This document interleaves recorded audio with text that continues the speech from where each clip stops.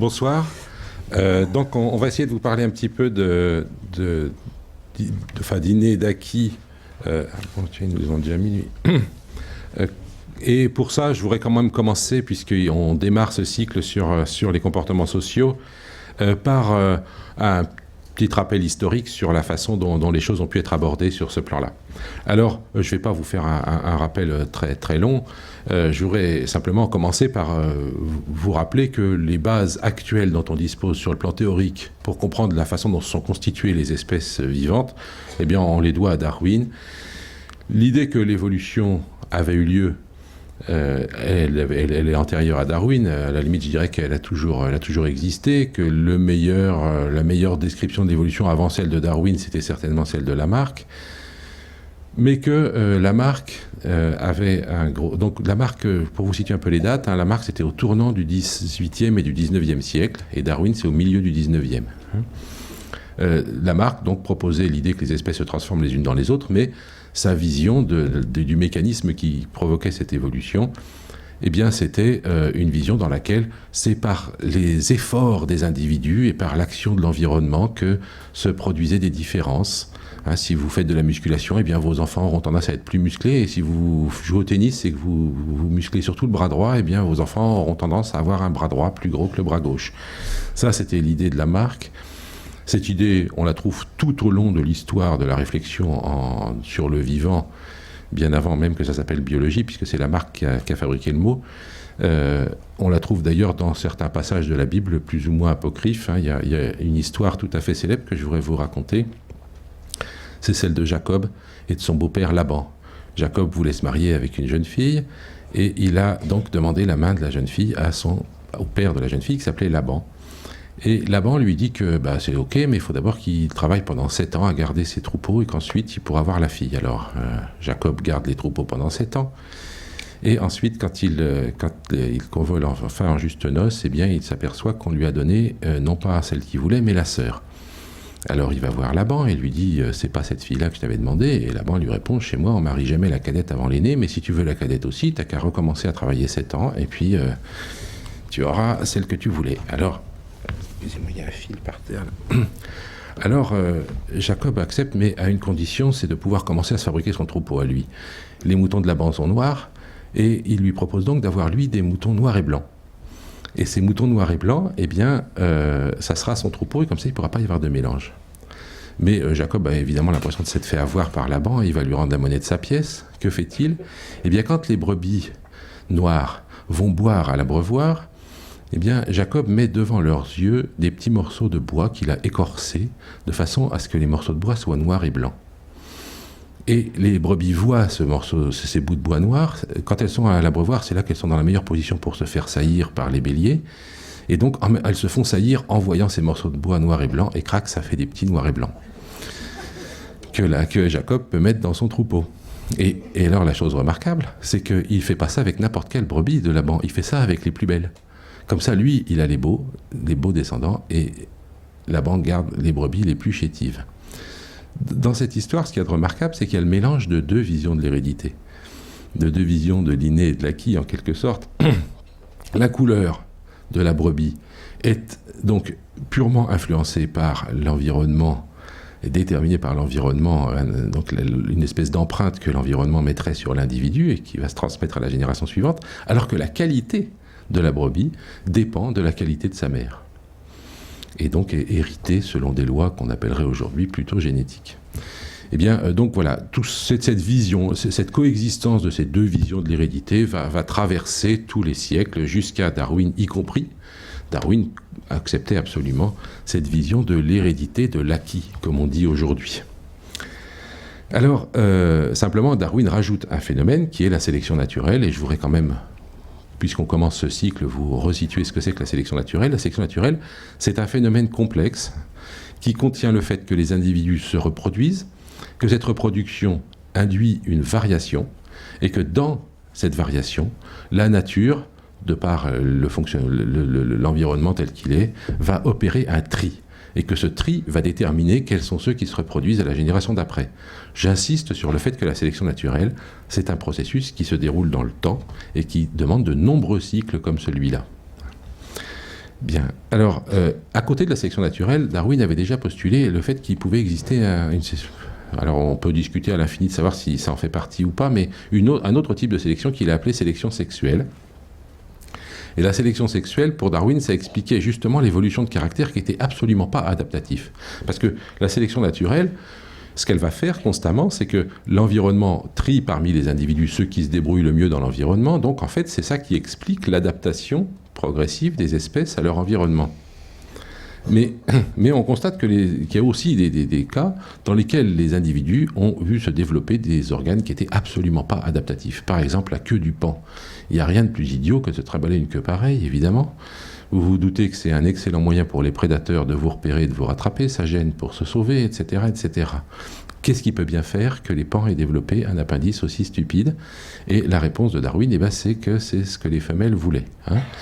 C'est-à-dire que la sélection sexuelle, ça va être le résultat de la compétition entre les mâles pour obtenir les faveurs des femelles, et que si les femelles aiment bien les mâles qui ont des plumes longues au niveau de la queue, eh bien les mâles vont être obligés de voir se développer ce type de choses. Alors on peut expliquer comme ça toute une série de choses, les bois des cerfs, la queue du paon, des oiseaux de paradis, les couleurs extrêmement vives de pas mal d'oiseaux et de poissons. Chez les poissons, par exemple, on a pu montrer effectivement que les poissons les plus colorés se faisaient nettement plus manger que les autres, mais comme c'est les seuls qui arrivent à avoir les faveurs des femelles, eh bien, ils sont colorés quand même. Et donc effectivement, dès le début de la théorie darwinienne, va coexister cette sélection naturelle, cette sélection sexuelle, et ces deux éléments qui vont influencer la façon dont se constituent les populations. Mais il reste à comprendre comment se constituent des sociétés. Alors, le problème de la théorie darwinienne, qu'est-ce qui a été reproché le plus à Darwin, évidemment, ça a été le fait que la théorie s'appliquait également aux humains. Je tiens à vous dire que Lamarck, lui aussi, avait proposé le fait que les humains soient sortis du même processus évolutif et soient des singes transformés. Il est remarquable d'ailleurs que dans le milieu des paléontologues humains, on trouve encore des tas de descriptions de l'évolution de l'homme qui ressemblent furieusement à celles de Lamarck. Mais... Donc, l'un des problèmes qu'a la biologie en général et la biologie de l'évolution en particulier, c'est que dès qu'on se met à l'appliquer à l'homme, eh bien, ça pose des problèmes extrêmement graves sur le plan justement des relations entre les scientifiques et la société. Et c'est bien ce qui s'est passé avec Darwin. C'est ce qui s'est passé aussi avec des tas d'autres scientifiques qui travaillaient sur ces théories. Ça ne veut pas dire que les scientifiques en question ont toujours raison quand ils ont des ennuis. Ça veut dire que si jamais je dis un truc qui ne plaît pas aux gens, moi je travaille plutôt sur les plantes. Si jamais je dis un truc qui est un peu critiquable concernant l'évolution du pollen, eh bien, il est bien rare qu'on me dise que je suis en train de faire des choses absolument catastrophiques sur le plan social. Mais quand je fais la même chose sur les humains, ça a évidemment tout de suite une autre portée. Dans le livre de Darwin, le livre de départ, le livre de l'origine des espèces, il y a une seule figure et c'est celle-là. Et c'est la première fois qu'on montre ce qu'on appelle aujourd'hui une phylogénie, c'est-à-dire un arbre généalogique des espèces. Alors dans ce livre, c'est un arbre tout à fait théorique. Il nous dit, d'ailleurs, il dit lui-même que ça peut être, les échelles de temps pourraient être n'importe lesquelles dans cette affaire-là, etc. Mais c'est tout à fait remarquable de penser que cette manière que Darwin a posée dans ce livre de représenter l'évolution des espèces, c'est toujours celle qu'on a aujourd'hui. Et c'est ça qui va un petit peu organiser notre vision de ce que c'est que l'ensemble des espèces vivantes actuellement, y compris animales et y compris humaines. Dans un arbre comme celui-là, évidemment, l'espèce humaine est l'un des rameaux terminaux situé au milieu du rameau des grands singes. Je n'ai pas le temps de développer trop ça aujourd'hui. Je suppose que vous aurez l'occasion d'en reparler. Mais évidemment, on a longtemps cru qu'il y avait d'un côté les humains et puis de l'autre la lignée des grands singes. Maintenant, on sait qu'il n'en est rien et que les humains sont dans la lignée des grands singes. Voilà, donc l'évolution, elle amène à présenter les choses de cette façon-là. Pendant ce temps-là, se pose le problème de l'hérédité, de la façon dont sont héritées les caractéristiques. Et la grande révolution conceptuelle dans ce domaine va être apportée à la fin du 19e siècle, donc il y a un petit peu plus d'un siècle, par Weismann, qui va affirmer la séparation des deux grands groupes cellulaires dans l'embryon. Un embryon se constitue, nous sommes tous constitués à partir d'un embryon. Cet embryon se constitue par division de l'œuf, qui est au résultat de la fusion de l'ovule et du spermatozoïde de nos parents. Et quand cet embryon commence à se diviser, très rapidement se différencie une masse cellulaire qui donnera dans l'individu à venir les gamètes, c'est-à-dire les cellules qui fabriqueront les enfants. Et puis le reste, c'est ce que Weissmann appelle le germène, la lignée germinale. Et puis les autres lignées cellulaires font partie du soma, ou de des lignées somatiques, et le soma va constituer le corps qui nous constitue. Donc très tôt dans notre embryogénèse se séparent les cellules qui feront les enfants et les cellules qui font notre corps. Le résultat, c'est qu'évidemment, il n'est pas possible d'imaginer que ce qui arrive à notre soma soit transmis dans notre germène, c'est-à-dire à nos enfants, puisque ce qui est arrivé à notre corps est arrivé à des cellules qui n'ont rien à voir et qui sont séparées des cellules qui vont fabriquer les descendants. C'est à partir de ces idées-là que Weissmann va réussir, avec toute une série d'expérimentations en plus, à convaincre ses contemporains qu'il faut abandonner la fameuse idée de l'hérédité des caractères acquis. Et au début du XXe siècle, on est prêt à abandonner cette idée-là. Mais on se rend compte évidemment du coup que l'hérédité est une hérédité qui est assez partielle, et je pense que la révolution conceptuelle que représentait la vision de Weissmann de l'hérédité est une révolution extrêmement importante, puisqu'elle nous dit que ce que nous transmettons à nos descendants, ce n'est que ce que nous avons reçu de nos parents. Et que nous ne faisons rien de plus, nous n'ajoutons pas de choses, notre vie, nos comportements n'ont pas d'influence sur ce que nous transmettons biologiquement, bien entendu. Je ne vous parle pas de la transmission culturelle. D'une certaine façon, je dirais que dès ce moment-là, on aurait pu commencer à dire des choses qu'on a fini par dire que dans les années 70 du XXe siècle. C'est-à-dire que les organismes, je saute un énorme pas de 100 ans là, mais les organismes ne sont que des véhicules qui transmettent l'information génétique qu'ils ont reçue de leurs parents, puisqu'ils ne la produisent pas eux-mêmes.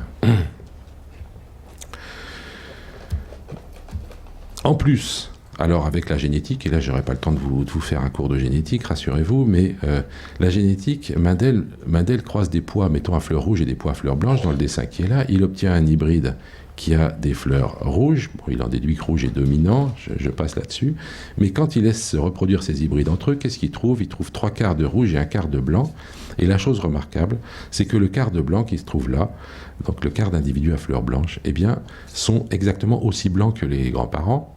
Qu'est-ce que ça veut dire aussi blanc qu'eux? Ça veut dire que si je les laisse se reproduire ensuite entre eux, eh bien, ils ne vont produire que des descendants à fleurs blanches. Je voudrais vous dire que ça, c'est quelque chose que Mendel avait trouvé en 1865, personne ne l'a cru. Et personne ne l'a cru, pourquoi? Parce que ça paraissait complètement incroyable à ses contemporains, et je pense que ça paraît encore assez incroyable à beaucoup de gens aujourd'hui, que les individus, que les descendants à fleurs blanches, dont le parent est à fleurs rouges, aient totalement oublié le caractère rouge. L'hérédité mendélienne est une hérédité extraordinairement amnésique. On oublie la moitié, chaque individu ne reçoit que la moitié du stock héréditaire de chacun de ses parents, c'est-à-dire en oublie une moitié. Et ces individus à fleurs blanches qui sont en bas à droite de la figure, eh bien, ils ont beau avoir 2 parents à fleurs rouges, eh bien, ils ne possèdent plus aucune mémoire du caractère rouge dans leur hérédité. Voilà, alors, donc c'est à partir de là qu'on va commencer à réfléchir à ce que c'est que la biologie, à ce que c'est qu'un être vivant, à ce que c'est que l'évolution dans les époques contemporaines. Et toujours pareil, je vous ai dit qu'on fabriquait des arbres phylogénétiques, et bien en voilà un qui est extrêmement célèbre. C'est l'arbre phylogénétique, donc des vertébrés avec en bas le requin, puis un ancêtre commun à tout le monde qui d'un côté va fabriquer des animaux à cartilage, et de l'autre côté on va inventer l'os. Et une fois qu'on a inventé l'os, on va fabriquer d'une part des poissons osseux, comme la carpe par exemple, ou bien il y en a certains qui vont sortir de l'eau, puis ça va donner les batraciens, ça va donner les oiseaux, ça va donner... Alors les oiseaux qui sont des reptiles transformés, il y a des gens qui pensent que les reptiles se sont éteints, c'est pas vrai. Les dinosaures, pardon, se sont éteints, c'est pas vrai. Les dinosaures se sont pas éteints, les dinosaures sont encore là sous forme d'oiseaux. Et puis évidemment les mammifères, y compris nous. Donc J'insiste sur ces arbres-là, comme vous voyez, il ressemble un peu à celui de Darwin, il est un peu asymétrique celui-là, mais c'est des arbres phylogénétiques sur lesquels les biologistes sont constamment en train de se pencher, et je voudrais vous dire que ça a une grande importance dans la réflexion qu'on peut avoir en biologie, parce que au fur et à mesure qu'on regardait ces arbres, on s'est rendu compte d'une chose, c'est que ce qui circule le long des branches de ces arbres, c'est exclusivement de la formation génétique. Qu'est-ce qu'on a hérité de notre ancêtre poisson ? Cet ancêtre-là qui se trouve à côté de l'astérisque à gauche, là, ici, qu'est-ce qu'on a hérité de lui ? Évidemment, on n'a pas hérité une seule molécule, on n'a rien hérité de matériel, on a hérité ses gènes, et c'est à partir de là, certainement, qu'on va commencer à voir la biologie et l'évolution, comme l'évolution progressive d'une information qui se transmet de génération en génération, et qui est transmise à travers les individus, qui est transmise en évoluant du fait de la sélection naturelle. Mais la sélection naturelle n'est plus vue comme le fait de garder les meilleurs, elle est vue comme le fait de garder les informations génétiques qui ont fabriqué les organismes qui la reproduisaient le mieux. Donc ce qui est conservé au cours de l'évolution, c'est exclusivement l'information génétique. Et donc qu'est-ce qui peut être sélectionné ? C'est l'information génétique, et c'est celle qui fabrique les individus les mieux aptes à la reproduire. D'une certaine façon, donc ce concept de véhicule, qui est le mot que je vous ai donné tout à l'heure et qui est dû à dénommé Dawkins, on va en reparler un tout petit peu, eh bien, ces véhicules, nous sommes les véhicules de notre information génétique, et si nous la véhiculons bien, eh bien, cette information génétique va se répandre dans les générations à venir. Si nous la véhiculons mal, eh bien, cette information génétique va disparaître, et c'est ça la vision actuelle de ce que c'est que la sélection naturelle. La sélection naturelle se moque d'une certaine façon un peu des individus, des organismes. Ce qui compte, c'est la reproduction des organismes, et d'ailleurs, il y a un certain nombre de choses, comme par exemple la mort, qu'on peut très bien expliquer comme ça. Il peut être tout à fait rentable du point de vue de la reproduction de l'information génétique de fabriquer des individus qui meurent vite, si jamais ils se sont reproduits plus avant. Excusez-moi, je viens d'employer une mauvaise expression, j'ai dit ils se sont reproduits. C'est vrai, en biologie, on a l'habitude de dire que les individus se reproduisent. C'est évidemment idiot. Un individu ne se reproduit jamais. J'espère que c'est bien clair pour tout le monde, mais enfin, si vous ne savez pas, on pourra en reparler après. Les individus ne se reproduisent pas, tout ce qu'ils reproduisent, c'est leur information génétique. Et donc, la sélection naturelle, progressivement, a fabriqué des informations génétiques capables de produire des organismes de plus en plus adaptés. De plus en plus adaptés, ça veut dire quoi ? De plus en plus aptes à reproduire cette information génétique. Et de ce point de vue-là, on peut dire que les individus sont des artifices inventés par les gènes pour se reproduire. Une phrase que Michel Van Cassel n'aime pas beaucoup, c'est pour ça que je l'ai mise, pour qu'il puisse y réagir tout à l'heure. Voilà. Alors, ça ne veut pas dire... Alors donc, l'idée en question a été reprise dans différents cas, et là où elle a fait le plus de bruit, c'est quand on l'a appliquée aux comportements sociaux, dans une discipline qui s'est appelée la sociobiologie, et dans un livre que Dawkins a publié, Richard Dawkins, donc, qui a publié Le gène égoïste. Et alors pourquoi il a appelé ça comme ça ? Eh bien parce que si on se pose la question de savoir qu'est-ce qui, dans une société, dans un groupe d'êtres vivants, fait qu'il y a de l'entraide entre les individus, parce qu'on peut admettre qu'il n'y a pas de société s'il n'y a aucune entraide entre individus. Eh bien, d'où vient l'entraide entre individus ? Comment la sélection naturelle a-t-elle pu fabriquer de l'entraide entre individus ? Première réponse, eh bien, où est-ce qu'on peut voir facilement que l'entraide peut exister ? Eh bien, par exemple, si vous imaginez des parents qui vont protéger leurs enfants. On voit bien que du point de vue de la reproduction de l'information génétique, c'est quelque chose qui peut être utile. Et donc, on voit comment la sélection naturelle a pu favoriser des comportements d'aide aux enfants chez les parents. Alors, chez les deux parents, si jamais il y a besoin des deux, c'est le cas souvent chez les oiseaux, chez la mère seulement dans pas mal de cas. Mais en tout cas, une aide aux descendants. On voit que, du point de vue de la sélection sur les gènes, il est logique que les parents puissent aider plus ou moins leurs enfants à survivre. Et il y a des cas très célèbres où un oiseau va, quand son nid peut être attaqué par un prédateur comme un serpent, l'oiseau va se mettre par terre et faire semblant d'être blessé pour détourner l'attention du prédateur. Il prend donc un risque pour lui-même pour sauver ses descendants, mais on voit bien comment la sélection naturelle a pu faire ça. Enfin, on voit bien. On peut en tout cas imaginer qu'effectivement, une constitution génétique qui permet ce genre de comportement va être favorisée par rapport à une constitution génétique dans laquelle les parents laissent les enfants mourir sans s'en préoccuper. La chose devient un peu plus compliquée quand on regarde des insectes sociaux. Là, je pense que vous en entendrez parler pas mal dans la suite, donc je ne vais pas insister beaucoup. Mais dans les comportements sociaux, bien entendu, qu'on trouve en particulier chez les abeilles ou chez les fourmis, eh bien, la question de savoir comment il se faisait que certains individus passent leur vie à ne jamais faire de descendants, parce que là j'ai réussi à éviter de dire se reproduire, hein, ne jamais faire de descendants, mais de s'occuper toute leur vie de leur sœur. Comment cette femelle-là, elle est en train de butiner sur une fleur et elle ne fera jamais de descendants, elle va juste ramener de la nourriture à la ruche pour nourrir ses sœurs. Comment est-ce que l'information génétique qui peut avoir été sélectionnée pour faire ça, la réponse, tiens, ce qui a été donné, c'est que chez tous les hyménoptères, excusez-moi, c'est un peu compliqué ça, chez tous les hyménoptères, d'abord chez tous les organismes, que ce soit nous ou les hyménoptères, les femelles et leurs enfants ont en gros la moitié de leurs gènes en commun. Et on a autant de gènes en commun avec ses frères et sœurs qu'avec ses enfants, chez nous. La moitié des gènes en commun entre un parent et son enfant, la moitié des gènes en commun entre deux sœurs, par exemple. Chez les hyménoptères, chez ces insectes-là, du fait d'un système génétique un peu spécial, eh bien, il y a bien la moitié des gènes en commun entre une mère et sa fille, mais il y a 3/4 de gènes en commun entre deux sœurs. Le résultat, c'est qu'en aidant sa sœur, une femelle favorise très facilement la transmission de ses propres gènes, d'où une formule qui a été extrêmement célèbre, qui est que si on veut regarder combien se reproduit l'information génétique d'un individu, il ne faut pas regarder seulement le nombre de descendants produits, qu'on appelle en anglais la fitness, F, mais ce que des sociobiologistes ont appelé la fitness inclusive, IF. Et donc, on va compter non seulement le nombre de descendants que fait l'individu, qui est F dans la formule-là, mais aussi de combien il a aidé les autres à faire des descendants.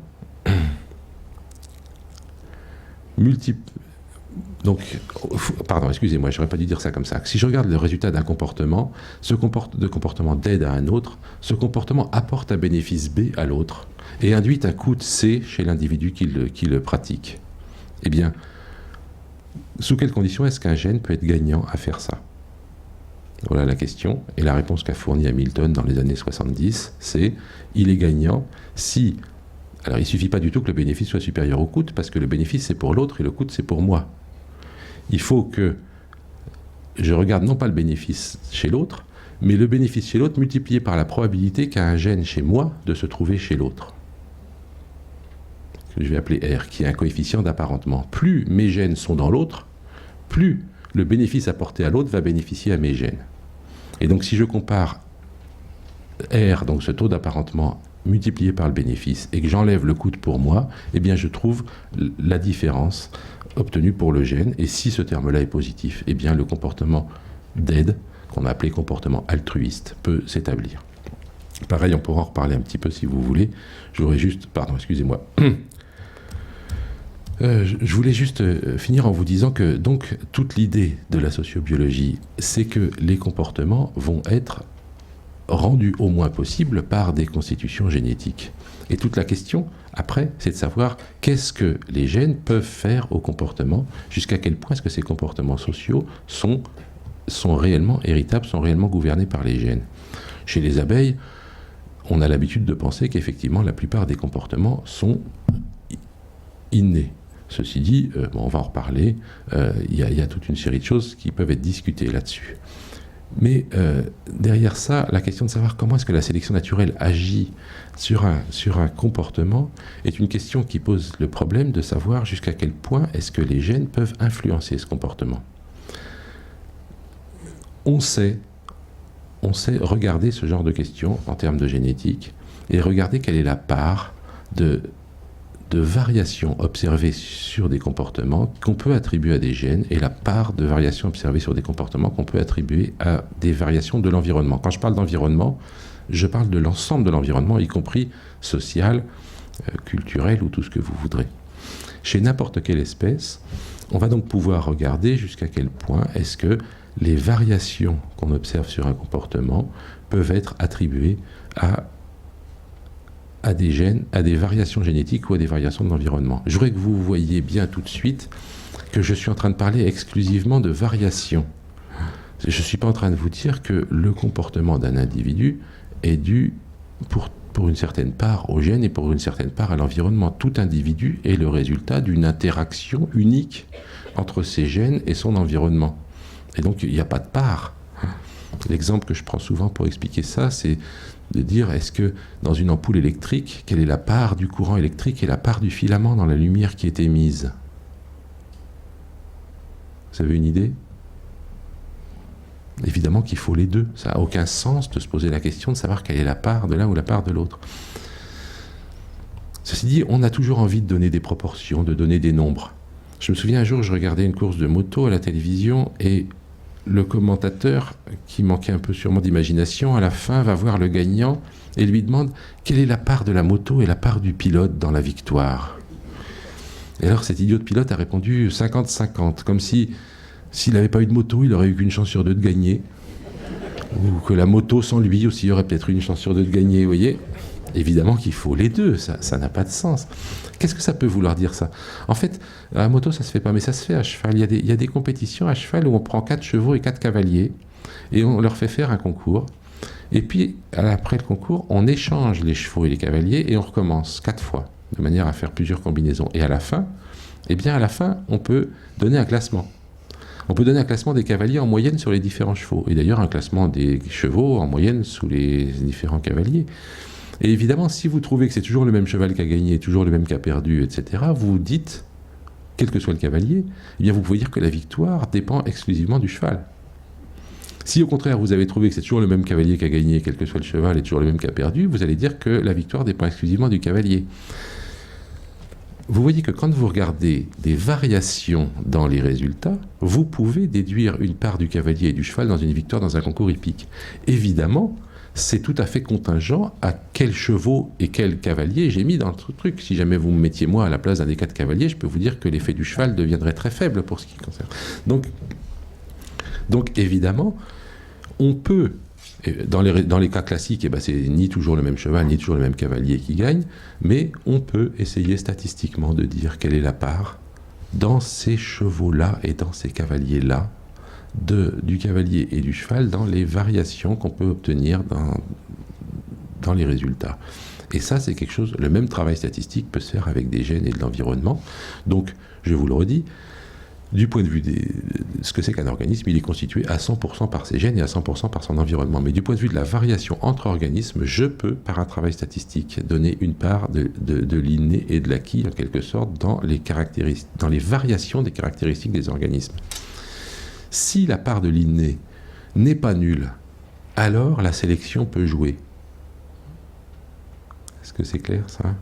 Si la part de l'inné n'est pas nulle, ça veut dire que si certains comportements sont favorisés par la sélection naturelle ou la sélection sociale ou tout ce que vous voudrez, c'est-à-dire si certains comportements amènent à mieux survivre ou à mieux se reproduire du point de vue des gènes, donc à mieux perpétuer les gènes, eh bien ces comportements-là pourront être soumis à sélection. Il n'y a pas besoin que le comportement soit 100% déterminé par les gènes pour que la sélection puisse agir dessus. Il suffit que les gènes aient quelque chose à voir dans la variation que j'observe dans le caractère dans ma population. Donc voilà un petit peu, moi, ce que je voulais vous dire en introduction. D'une part, la théorie actuelle de l'évolution donne un poids extrêmement fort aux gènes puisque c'est sur eux que s'exerce la sélection. D'autre part, la vision qu'on a de la constitution d'un organisme donne aux gènes et à l'environnement un poids égal, sauf que l'environnement, lui, il n'est pas sélectionné, il est ce qu'il est. Il est ce qu'il est, pour en reparler, à ceci près que les organismes peuvent modifier leur environnement et même d'une certaine façon le construire. Mais ce qui est sélectionné en dernier recours, par le processus de sélection et dans la phylogénie des espèces, eh bien, ce sont les informations génétiques. Et ces informations génétiques, tant qu'elles peuvent modifier un petit peu quelques caractères que ce soit, eh bien à ce moment-là, elles sont soumises à la sélection naturelle à travers l'influence qu'a ce quelque chose sur leur reproduction. Et c'est un peu la grille de lecture que je vous propose aujourd'hui pour commencer à comprendre un peu tout ça. C'est que, bien sûr, au niveau de l'individu, c'est l'environnement et l'information génétique qui fabrique l'individu, mais au niveau de la population et de son évolution, eh bien, les variations peuvent être dues pour partie à l'un ou à l'autre, et la sélection favorise systématiquement les gènes qui sont les plus reproduits par ce processus. Ça veut dire quoi, pour finir? Ça veut dire que nous sommes issus d'un processus de sélection qui a favorisé les informations génétiques les mieux aptes à se reproduire dans les contextes passés. Il est hors de question de penser que nous sommes adaptés à notre environnement actuel sur le plan génétique. Nous avons des informations génétiques qui sont le produit d'un processus de sélection qui date depuis l'origine de la vie et qui nous ont fabriqués tels que nous sommes, sachant que les environnements ont été ce qu'ils étaient. À chaque fois qu'on modifie l'environnement, eh bien, on change quelque chose dans les processus de sélection, et ça change ce que seront les générations futures, mais ça ne change pas ce que nous sommes, nous, de ce point de vue-là. Pour conclure, je voudrais vous dire qu'une fois où je parlais un peu de ces questions, il y a eu un film qui s'appelait « Bienvenue à Gattaca », que certains d'entre vous ont sûrement vu, qui insistait beaucoup, qui montrait les risques d'une société où la génétique aurait trop pris le pouvoir. Et à la fin de ce film, il y avait un débat. Je me souviens, c'était à Pantin, dans un cinéma municipal. Et donc, je raconte ce que je viens de vous raconter là, que chacun d'entre nous était dû vraiment à l'interaction entre des gènes et un environnement, et que les deux étaient aussi importants l'un que l'autre. Et donc, il y a quelqu'un dans la salle, à la fin, qui me pose une question, qui me dit « Mais alors, si j'ai bien compris, les gènes et l'environnement jouent jeu égal ?» Je dis « Oui, en quelque sorte. » Et il me répond « Mais alors, pourquoi est-ce qu'on s'inquiète tellement quand on change les gènes? Et si jamais on se met à changer, à modifier les gènes des individus, on prend ça tout de suite pour quelque chose d'extrêmement inquiétant, alors qu'on fait n'importe quoi sur l'environnement sans y faire attention. » Et je dois dire que c'est une remarque que je vous laisse méditer. On pourra en reparler. Merci.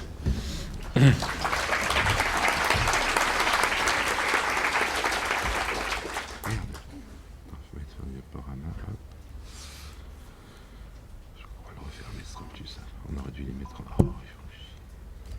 Qu'est-ce qui se passe? Il ne veut pas que je parle alors. Non, c'est il ne veut pas accès à mes photos. Ils veulent absolument nous donner des petites astuces pour faire mieux marcher les PowerPoint. C'est ça le début? C'est ça le début avant que tu ne parles. Maintenant, ça va être autre chose. Je suis suffisamment peu souvent d'accord avec Pierre-Henri pour en profiter lorsque je le suis un peu. Et alors, je vais aller directement à quelque chose que... Alors, c'est pas encore projeté, là, je te préviens. Alors, comment fait-on pour projeter? Ça y est, c'est fait. Voilà. Pour le problème de l'inné et l'acquis, j'ai voulu aborder aujourd'hui le problème inné-acquis, vraiment, comme le titre de la conférence nous l'a posé, ou nous le demandait. Et comme on nous demandait de parler d'inné et l'acquis dans les comportements sociaux, je vais vous parler un peu de comportement, et je vais vous parler d'inné et d'acquis dans les comportements, et puis de comportement social aussi, c'est-à-dire poser la question de savoir si le social, ce qu'on appelle comportement social chez les animaux, correspond à l'idée qu'on peut avoir de comportement social chez l'homme. Les deux aspects, inné et l'acquis dans les comportements, et puis comportement social chez l'animal et chez l'homme, sont réunis dans la mesure où longtemps on a pensé que l'animal, et en particulier les animaux les plus réputés, les moins développés au point de vue évolutif, c'est-à-dire les insectes, étaient des automates génétiques. Et que c'était donc des machines génétiques et que leur comportement était inné. Et qu'il y a un certain nombre d'éthologistes qui se sont appliqués à montrer que cette vision du comportement même des insectes était peut-être un petit peu limite. Donc on en revient à ce que Pierre-Henri développait tout de suite, de savoir qui du cheval ou qui du cavalier gagne la course, et quelle est la part de l'un et de l'autre. Un neurobiologiste dans les années 50, qui s'appelait Hebb, québécois, avait formulé l'histoire de l'ampoule électrique de Pierre-Henri sous la forme suivante. Qu'est-ce qui, dans un rectangle, dans la surface d'un rectangle, est-ce que c'est la largeur ou la longueur qui détermine le plus la surface du rectangle? Et l'intérêt de cette formulation était de parler de... On n'était pas là dans des additions de parts respectives d'inné ou d'acquis, mais on était dans une interaction, dans un effet de multiplication. Alors, on n'est pas sûr que la multiplication soit une bonne métaphore d'une interaction entre les deux, mais enfin, voilà une proposition. Pour souligner mon accord avec Pierre-Henri, j'avais prévu de vous parler d'une petite expérience qui remonte aux années 50 aussi. Il s'agit de conditionnement, d'apprentissage de labyrinthe chez des rats. Donc on apprend à des rats, des chercheurs apprennent à des rats à tourner une fois à droite et une fois à gauche successivement pour atteindre de la nourriture. Alors ils font une série de tests pour atteindre ce qu'on appelle l'apprentissage. Le critère d'apprentissage, c'est lorsque l'animal ne fait plus d'erreur et va directement, tourne bien une fois à droite, une fois à gauche pour atteindre la nourriture. Et 2 chercheurs se sont intéressés à savoir comment leurs rats pouvaient apprendre cette conduite et cet apprentissage, apprendre leur labyrinthe, selon qu'ils avaient été élevés au préalable en milieu normal, c'est-à-dire une cage intermédiaire entre ces 2 cages ici, avec un peu de sciure, et puis c'est tout, ou selon qu'ils avaient été élevés dans un milieu appauvri, c'est-à-dire une toute petite cage où l'animal est seul, où il n'y a que son biberon d'eau et ses boulettes de nourriture, ou qu'il a été élevé dans un milieu enrichi à plusieurs animaux avec, vous voyez, des roues, des échelles, des roues à écureuil, des petits trous pour faire de la gymnastique, etc. Et donc, ces chercheurs ont mis en place un protocole où ils prenaient... Alors, il faut regarder les 2 courbes qui sont à gauche. Ils partaient d'un stock unique homogène de rats, et dans des conditions de vie normales, ils prenaient de génération en génération. Alors, le stock de départ, c'est S1. Ensuite, les enfants de S1, c'est S2, etc. Et vous voyez que dans cette manip, dans cette expérience, on sélectionne dans le groupe les rats qui, d'une part, font le plus d'erreurs avant d'atteindre le critère d'apprentissage, c'est les mauvais, ceux qui vont vers le haut, là, qui font de plus en plus d'erreurs, et puis on sélectionne, d'autre part, ceux qui sont les plus brillants, c'est-à-dire ceux qui font le moins d'erreurs pour arriver au seuil d'apprentissage. Et on voit que de génération en génération, eh bien, d'un stock unique, on arrive à faire 2 lignées. Une lignée de rats doués et une lignée de rats mauvais, bêtes, doublement bêtes. Donc, on arrive ici à mesurer des différences de performance des animaux qui nous semble être lié à la génétique, puisque de génération en génération, par sélection, on arrive à faire ça. Donc vous voyez, c'est exactement la situation que vous donne Pierre-Henri. Alors, où est maintenant l'effet de l'environnement? Y a-t-il un effet d'environnement là-dedans, puisque les performances de nos rats sont bien, semble-t-il, liées à de la génétique, ou en tout cas que la génétique y intervient? Eh bien, c'est là qu'on fait l'expérience de droite, qui est résumée dans le tableau de droite. On prend notre lignée de rats brillants et on les élève.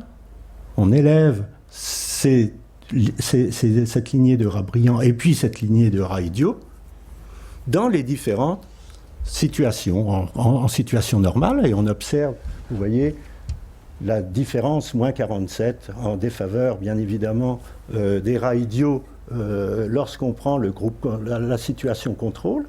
Mais lorsqu'on élève les 2 lignées d'une part, dans un environnement enrichi ou dans un environnement appauvri, on s'aperçoit que... Regarde plutôt là, sinon tu parles plus dans le micro. On s'aperçoit que cette différence disparaît complètement.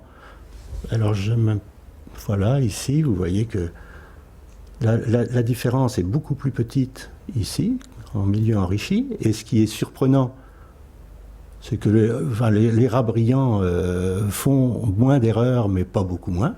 Et puis, en situation appauvrie, les deux lignées sont aussi performantes, c'est-à-dire aussi mauvaises l'une que l'autre. Ce qui veut dire que le milieu dans lequel les rats ont été élevés a une influence considérable aussi. Alors, ceci, c'est une expérience qui a eu lieu lorsque on avait fait la critique de l'innéité dans les comportements, mais on était parti d'une situation assez simple. Je vous rappelle ici simplement, j'ai mis ça simplement pour un aspect historique, pour vous rappeler que l'éthologie est une discipline très récente qui a commencé juste avant la Deuxième Guerre mondiale, dans les années 30, et qui, au départ, s'est intéressé essentiellement au comportement dit instinctif et avait développé des théories complètement génétiques de la causalité des comportements. Alors, en cela... ça, c'est un modèle de motivation. Ça, c'est le modèle des motivations proposé par Lorenz et qui s'explique comme ça. Les comportements s'écoulent. Les comportements, alors je n'ai plus ma flèche, voilà, les comportements s'écoulent ici, et les différents comportements correspondent aux différents trous. Et puis, ce poids-là représente ce qu'on appelle un stimulus déclencheur, c'est-à-dire que... C'est-à-dire que avant de faire sa parade nuptiale, il faut que l'animal trouve un stimulus qui lui plaise, c'est-à-dire le sexe opposé, que ce stimulus déclencheur ouvre la valve ici, ce qui permet à l'instinct, dans mon exemple sexuel, de se dérouler. Tout ce qui est, donc, dans cette théorie-là, le stimulus déclencheur est inné.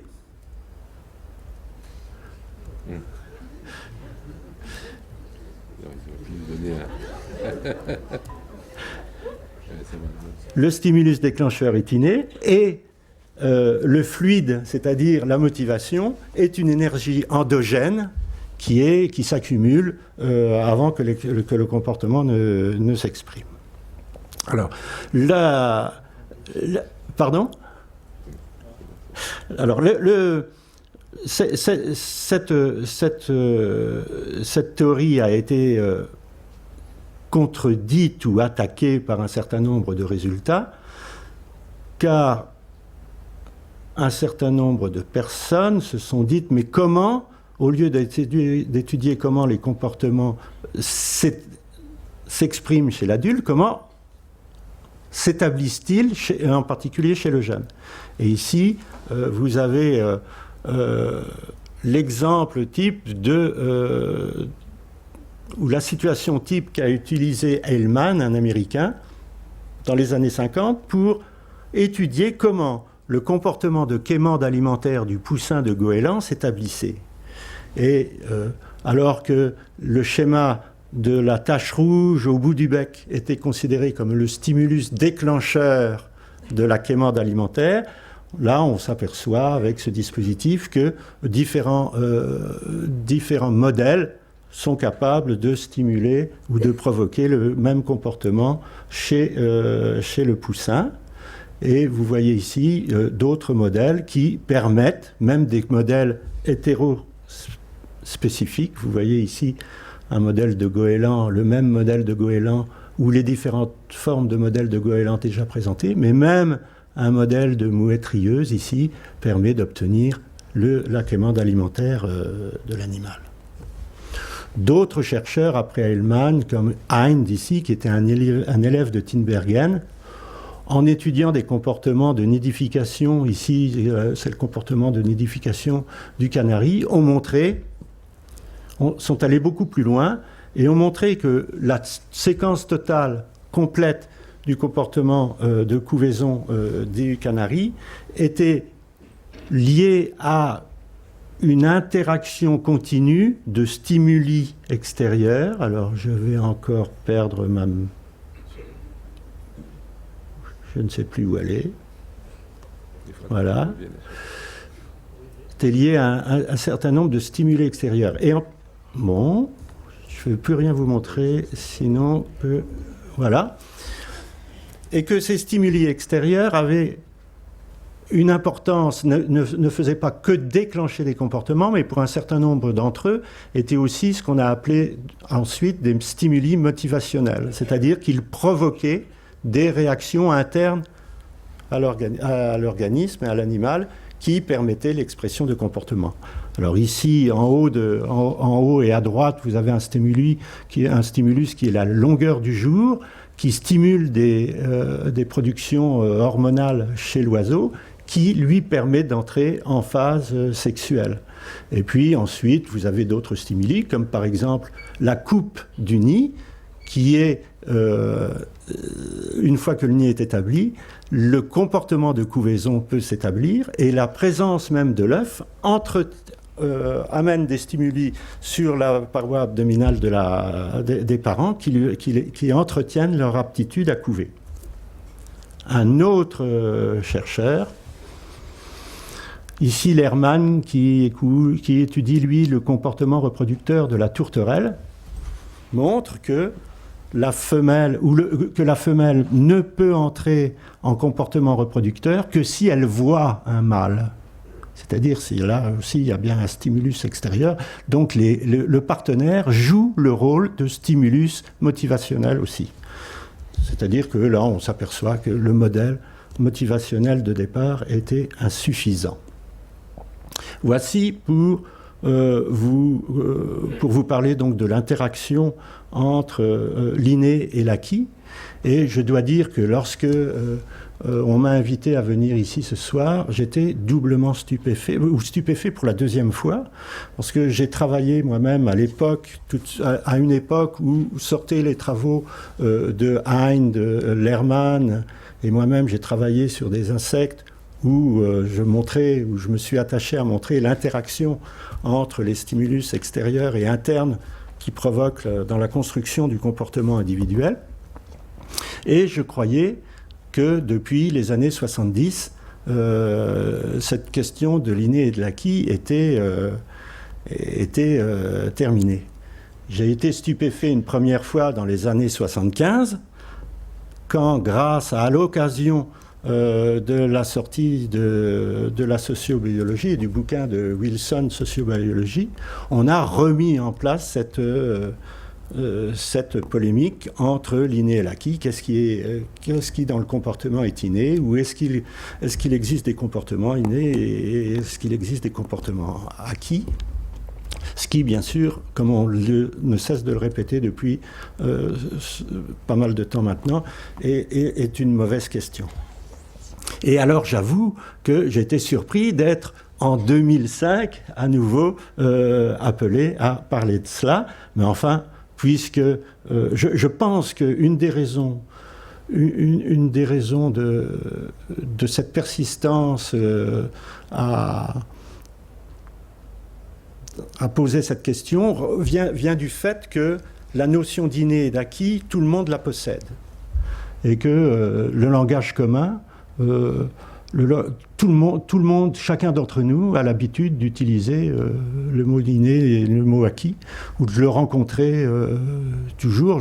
Je me shampouine le matin actuellement avec un shampoing qui s'appelle inné. Je ne vois pas pourquoi, mais enfin voilà. Oui, absolument. Donc ce sont des notions qui qui sont dans le langage courant et qui sont partout, et on parle de nos gestes qui sont, ou de nos conduites qui sont innées très facilement. Et je pense que la représentation vulgaire, enfin je veux dire commune, qu'on peut avoir, est un obstacle à la compréhension de ce que les scientifiques peuvent, ou ce que la science au fil des ans peut apporter.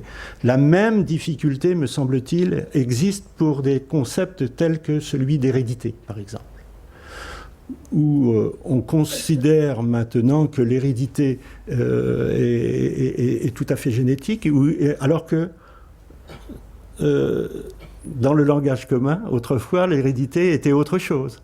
L'héritage, c'est autre chose que de la génétique. Et que ça crée des difficultés. Le problème de ces concepts qui se passent, qui ont une longue existence dans le langage commun, et préalable à leur utilisation en science, me paraît être une des raisons de leurs difficultés. Le deuxième point que je voulais aborder, c'était le problème du comportement social chez l'animal et chez l'homme. Et naturellement, l'apport de l'éthologie comparée, de l'éthologie cognitive depuis quelque temps concernant les comportements, s'est beaucoup penché ou a beaucoup abordé les problèmes de comparaison animal-homme. Et c'est vrai que pour aller très vite, parce que je vais laisser plutôt la place à la discussion, pour aller très vite, le dernier, depuis les années 70, 80, on a trouvé énormément, les chercheurs se sont extrêmement penchés sur cette question de la coupure ou du passage de l'animalité à l'humanitude, si on peut dire. Et est-ce que ça représente une différence importante? Est-ce que l'espèce homme est une espèce spéciale ou une espèce particulière, tout simplement? Donc la question est posée constamment. Et on a fait énormément de progrès. D'abord avec la découverte que les animaux étaient capables de performances longtemps ignorées ou longtemps mal étudiées. Et en particulier les performances d'utilisation, les capacités d'utilisation, de création et d'utilisation des outils. Vous connaissez tous ces histoires, notamment liées à des chercheurs comme Jane Goodall, qui a passé des années à regarder les singes, les chimpanzés en Afrique. Naturellement, il y a eu aussi tous les apports des chercheurs américains qui ont eu l'idée d'interroger les grands singes à propos de leur capacité à communiquer avec du langage. Alors d'abord, on a essayé de les faire parler vocalement, mais ça marchait pas tellement bien. Et puis on a utilisé finalement le langage des signes, ça marchait encore pas très bien. Puis maintenant on utilise des idéogrammes. Et il y a un chimpanzé Kwanzi, un bonobo, qui est bien connu et qui utilise quelques centaines d'idéogrammes pour communiquer avec ses chercheurs. Et il est capable de comprendre des phrases assez structurées. Va me chercher ceci, etc. Bon, il discute il communique exactement très bien avec ses chercheurs. Donc on peut se demander si la séparation animal-homme n'est pas en train de se réduire petit à petit. Et la question, elle est de savoir s'il faut arrêter ou accepter l'idée que nous sommes des singes, comme l'évolution nous le dit, ou bien si nous sommes des singes un peu particuliers. Alors actuellement, je pense personnellement que la question vaut le coup continuer à être posée. de savoir si la séparation, s'il n'y a pas une coupure, ou si on n'est pas vraiment une espèce particulière. Et tout simplement parce qu'on aurait des bonnes... On ne comprendra bien l'humanité et l'humanitude, notre condition d'homme, uniquement si on approfondit cette question de séparation ou de notre statut par rapport aux autres animaux. Et c'est tout à fait récemment, puisque ça date d'une vingtaine d'années, qu'un chercheur américain, Premack, a trouvé ou a inventé une notion qui semble être présente seulement chez l'homme et qui s'appelle la Theory of Mind. Alors, pour vous expliquer ce que c'est que la Theory of Mind, j'ai une petite histoire. Un jour, chez moi, mes enfants, enfin mon fils, la famille de mon fils arrive à la maison et ils étaient tous en train de rire autour de notre petit-fils. Alors, je demande ce qui se passe et ils disent c'est marrant, on n'avait jamais vu ça. Et alors, le gamin avait 4 ans. On n'avait jamais vu ça, mais Johan a un grain de beauté dans le cuir chevelu. Alors je dis, ah bon, montre-moi ça. Et le gamin vient vers moi et il me montre son cuir chevelu, il me montre son grain de beauté, et tout en me disant, mais papy, tu ne peux pas le voir parce que c'est là. C'est-à-dire que ce gamin qui maîtrisait complètement le langage, puisqu'il était capable de me dire tout ça, qui avait une image de son corps qui était complète, ne pouvait pas se mettre à ma place et voir que je pouvais, moi, voir ce que lui ne pouvait pas voir. Okay ? C'est-à-dire qu'il ne pouvait pas se mettre à ma place.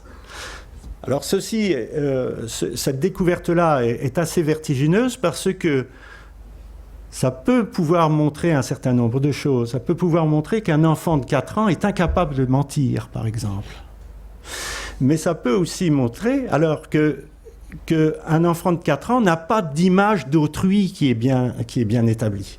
Il n'arrive pas à envisager qu'autrui pense autre chose que lui-même. Et c'est ça qu'on appelle la Theory of Mind. Avoir l'image, la représentation que l'autre pense, indépendamment de moi. OK ? Alors, quand vous avez cette révélation d'un seul coup, et vous pouvez faire le test avec des tests très simples, si vous avez des enfants ou des petits-enfants, vous pouvez vous amuser à voir ça. Et quand vous faites ce test-là avec ça arrive normalement à 5 ans. Alors je vais vous dire, je vous dis ça pour vous rassurer aussi, parce que quand ça vous arrive comme ça, vous dites, mais ce gamin est stupide. Et c'était Alors, moi, je m'en suis tiré parce que j'ai pensé à la Theory of Mind tout de suite, parce que j'étais au courant, mais c'est vrai que vous êtes saisi par la stupidité de la situation. Et j'avais fait un petit test tout de suite après avec son père, où on l'a... Non. J'avais fait un test, mais pas pour tester le père, mais avec son père, mais un test qui vérifiait bien que ce gamin n'avait pas sa Theory of Mind. Le jeu qu'on avait fait, c'était de prendre une boîte d'allumettes dans laquelle on avait vérifié en présence du père que la boîte était bien pleine d'allumettes. Ensuite, on a dit au père de sortir. Je vous donne la recette parce que vous pouvez vous amuser à faire ça.